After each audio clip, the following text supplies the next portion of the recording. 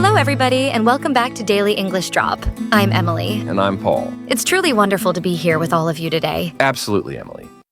Today, we've got an incredibly important and fascinating topic lined up for our wonderful audience. We're going to dive into the subject of emotions. Yes, emotions. They are a part of all of us, aren't they? Joyful, downhearted, thrilled, all the spectrum. And mastering how to articulate them in English is a phenomenal stride in your language adventure. It really is. Before we get started, a quick friendly heads up to everyone watching or listening. Please pass this episode along to your friends who are learning English. Sign up for the Daily English Drop if you haven't yet, and smash that like button. It genuinely supports us immensely, and we cherish seeing your feedback. Let us know what's on your mind. Okay, Paul, let's begin with why expressing our feelings is so essential. Sometimes it can feel a little challenging, right? It certainly can. But it's incredibly beneficial for us, Emily.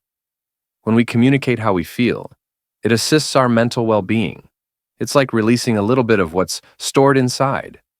Precisely. It's not healthy to bottle everything up.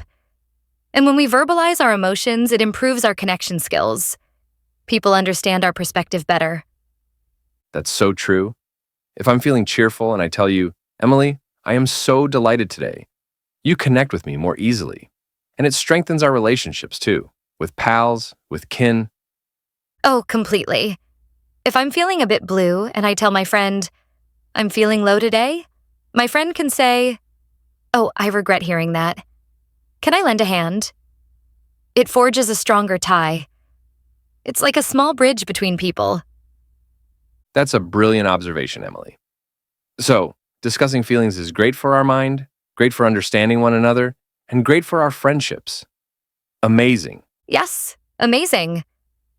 Now, for our fantastic English learners, let's review some fundamental terms for emotions. These are words you'll encounter daily. Definitely. Let's kick off with some straightforward ones. The first one everybody knows is joyful. Yes. When your face lights up, when you chuckle, you are joyful. Like right now, I'm feeling joyful chatting with you, Paul. Me too, Emily. Then we have unhappy. When tears come. When you feel a bit dejected. Oh, yes. Like when it pours rain all day and you are hoping to venture out, you might feel a bit unhappy, right? And then there's cross. When you feel hot under the collar, maybe you feel like raising your voice a little. Like when you miss your ride, you might feel a little cross. Oh yes, that's a perfect example. And how about worn out? When all you want to do is sleep. Oh, I feel worn out sometimes after a long stretch of recording podcasts. Just kidding. But seriously, following a demanding day, you feel worn out. Good one. And thrilled. When a great thing is about to occur, like ahead of a vacation, you feel so thrilled. Yay. Exactly. And frightened. When something makes you feel a little scared, like viewing a scary movie, you might feel frightened. Or when you detect an odd sound in the dead of night. And finally, for our core list, apprehensive. When you have a major exam or you must address a crowd. I recall feeling apprehensive before my inaugural podcast, but now I feel joyful. See, practice makes perfect. Using I feel versus I am. Now, a critical piece of advice for our listeners. The distinction between I feel and I am. Oh yes, this is very practical. When we talk about emotions, we often say, I feel joyful or I feel unhappy. That's right. It explains your present condition, your current sensation. But you can also say I am joyful or I am unhappy. Both are perfectly acceptable. Yes. So you can say I feel worn out or I am worn out. Both convey the same meaning. Don't worry too much about the slight difference at this stage. Just select one and utilize it. Flawless counsel, Paul. Okay, now let's attempt some more distinct emotions. These terms can help you clarify your state in greater detail. More specific emotions. Ooh, I enjoy this. First, defeated. This is when you attempt to accomplish something, but it's very tricky and just isn't succeeding.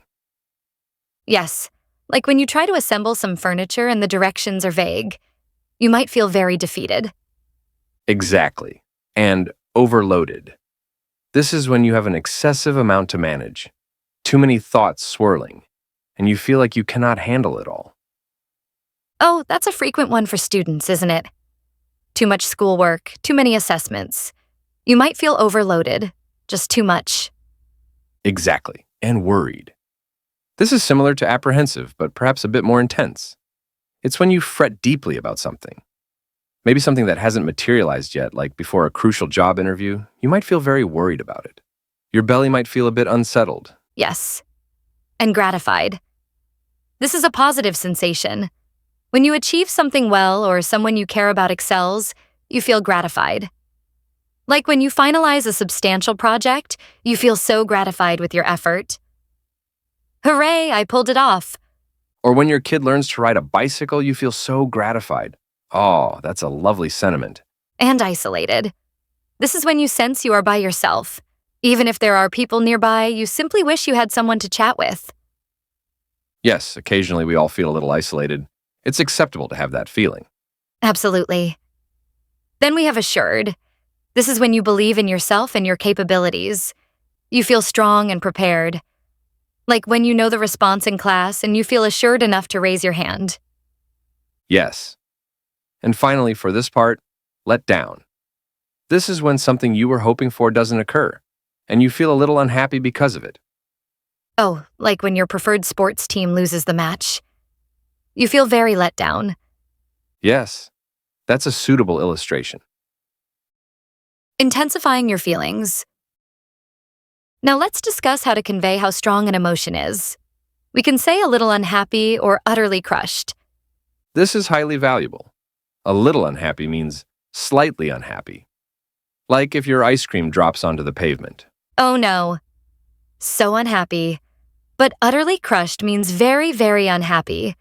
Like if you misplace something deeply important to you. Exactly. Or slightly apprehensive versus highly worried. Highly means very, very. So you can include terms like a bit, a little, very, truly, utterly, or highly. To demonstrate the intensity of your emotion, it adds more vibrancy to your statements. English idioms. Fantastic. Now, let's have some amusement with English idioms. These are sayings where the meaning isn't always apparent from the individual words, but they are extremely common. I adore idioms. They make English sound so organic. The first one is, I'm over the moon. Over the moon. This signifies you are extremely joyful, like you are soaring in the atmosphere. My holiday begins tomorrow. I'm over the moon. That's a marvelous feeling. Then, I'm feeling under the weather. This one suggests you're feeling a bit unwell. Not completely healthy, like you have a minor cold. I can't attend the gathering tonight. I'm feeling under the weather. Yes, it's a nice way to say you're unwell without being too clinical. Next, he's walking on thin ice. Oh, this one is intriguing. If someone is walking on thin ice, it means they are being extremely cautious, not to distress someone, because that person is easily provoked or sensitive. Like you have to be very careful with your words. Yes, like delicate ice. You don't want to break it. And finally, it was gut-wrenching. This means something caused you to feel very, very unhappy or profoundly disappointed. When my beloved pet ran away, it was gut-wrenching. Oh, that's so sad, Emily. These idioms are truly enjoyable, but they necessitate a little repetition to stick. They do, but hearing them and utilizing them will help them become ingrained. Asking others how they feel. So, we've discussed how to articulate our own feelings. Now, how do we inquire how others are doing? Right. Yes. It communicates that you care. A straightforward one is, how are you doing? But sometimes people just reply, I'm okay. If you desire more insight, you can ask, how are you genuinely feeling? That's a great one. It demonstrates you are truly interested. Or if someone appears a little down, you can ask, would you like to chat about it? Perfect. It grants them the option to open up, but they don't have to if they prefer not to. It's an inviting gesture. And another one, if someone seems deep in reflection or troubled, you can say, is something bothering you? Ooh, I like that one, Emily. Is something bothering you? It means, are you contemplating something difficult or are you anxious? These are very thoughtful ways to ask. Responding with empathy. These questions are so helpful for connecting with people. And after someone shares their emotions, how do we reply? We want to be thoughtful and understanding. We call this sympathy. Yes, sympathy means relating to and sharing the feelings of another individual. So if someone tells you they are unhappy, you can say, that must be truly challenging. That must be truly challenging. It conveys that you appreciate their situation is tough. Or, I appreciate what you're going through. Yes. It means you can relate, even if you haven't been in the exact same scenario. Another suitable one is, I'm here for you. I'm here for you. This is so powerful. It means, I will support you. You are not alone. And a simple but very vital one, thank you for letting me in. Yes. When someone shares their emotions, it's a significant action. So saying, thank you for letting me in, demonstrates gratitude and trust. It encourages them to share again later. These phrases truly help build strong bonds. Real-life scenarios. Okay, Paul, let's picture some everyday situations and how we can apply our new feelings. Lexicon. Excellent concept. Let's say you endured a truly dreadful day at the office. How would you characterize your emotions? After a difficult day at the office, I might say, I'm feeling worn out and a bit defeated today. The machine was slow and I had too many discussions.